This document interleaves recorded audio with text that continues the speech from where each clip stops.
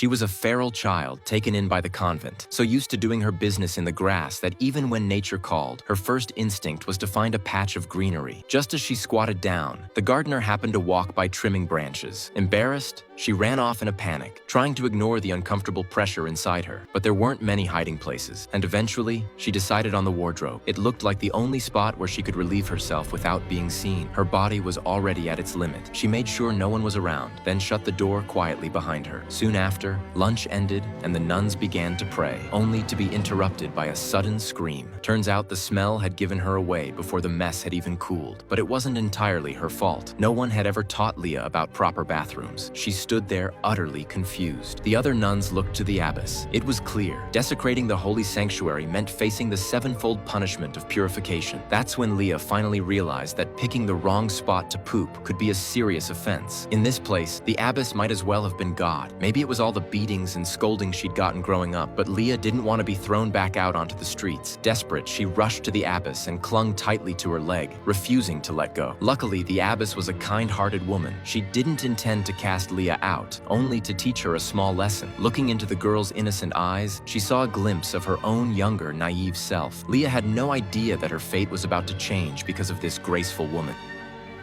Modesta. As the abbess gently repeated her name, her gaze full of warmth, Leah's attention was drawn to a painting on the table. Something about it spoke to her, echoed something deeper inside. It was a painting of Saint Agatha, a woman who sacrificed herself to become a saint. But when the abbess mentioned how Agatha had died in a great fire, Leah fell into deep thought, because she too harbored a painful secret. A fire had taken the lives of her mother and sister.